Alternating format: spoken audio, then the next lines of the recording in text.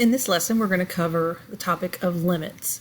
So if you have not turned on the pull-down menus across the top yet, at your quick access bar, you have a drop-down arrow. If you will select on the drop-down arrow, at the bottom you should have a place that says Show Menu Bar. If you don't want it on, you can hide it again. But that way it'll allow you to see some of the additional locations of accessing commands.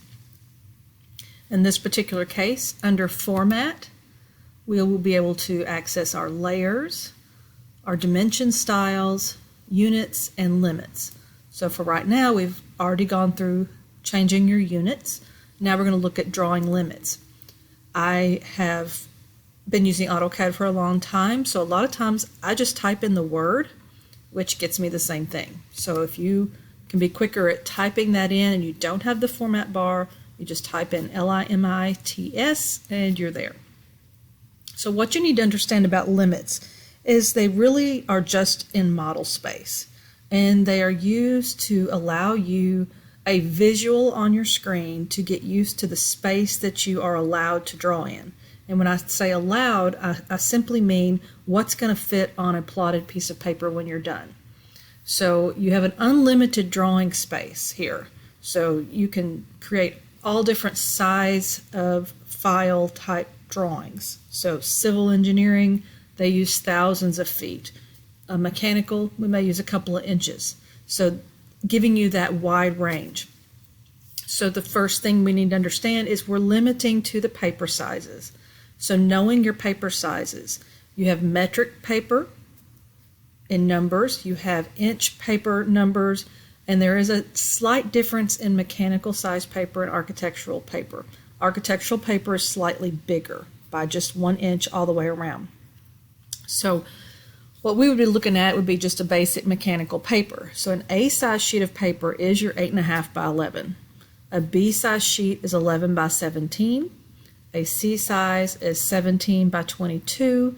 And a D size is 22 by 34, and it keeps going from there. But those are the most common sizes used.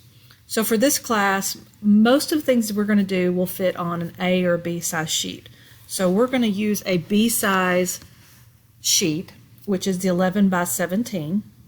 So what this is asking us right now in our limits, and you will have to start reading your command line. You have the dynamic input values showing up on your screen. That's what these are. But you also need to be able to look down here and say, okay, what is it asking? It's asking first off, what's the lower left-hand corner? And in our case, lower left-hand corner is this green and red line. That is where 0, 0 is sitting. To be able to stay in a positive area, so if you think about a graphing system, your Cartesian coordinate system, you had 4 quadrants. The first quadrant was the upper right. Moving down to the below that is the second. To the left of that is the third, and then above that is the fourth. So all of your numbers in positive X and Y direction are going to be in this quadrant. So we want that lower left-hand corner to be at 0, 0. So you don't have to type in anything if that's what's inside these brackets, which is the default value, and so you just hit enter. Now it wants to know where's the upper right-hand corner. So just like a piece of paper, we would want to orient our screen to match our paper. And we usually draw longest side first. So in this case, we would want to actually put in the value. If I measured along that paper, it's 11 by 17. But again, we want to put in longest value first. So I'm typing in 17, 11. And I'm going to hit enter. Now your screen didn't make a change. That's fine. We just know that we have set these limits. To be able to visually see that, to help you maintain your space, you're going to go back down to the status bar where your snap and grid are located. Go to your snap settings. And I have it set as snap or grid, but you would make sure that you have those set to whatever your drawing is. And in a lot of cases, you might do major grid lines only every 4 instead of every 3, or every 5, because it's kind of an odd size. You have below that the grid behavior, and this is where you'll see that word limits again. So what we're saying here is we want to display the grid beyond the limits. Well, that means we have grid through the entire space. So we're going to take that check mark off and limit it to just seeing grid inside the limits. Now when you say OK, you have all this extra drawing space, but it's outside of your paper.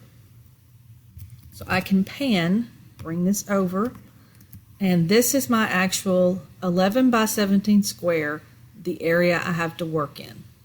And that would be your limits.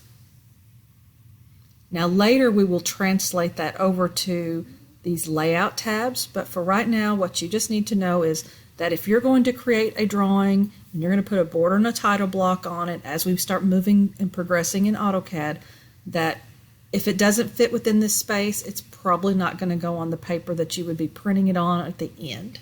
And you will get some errors in your plot mode as we learn to do plotting.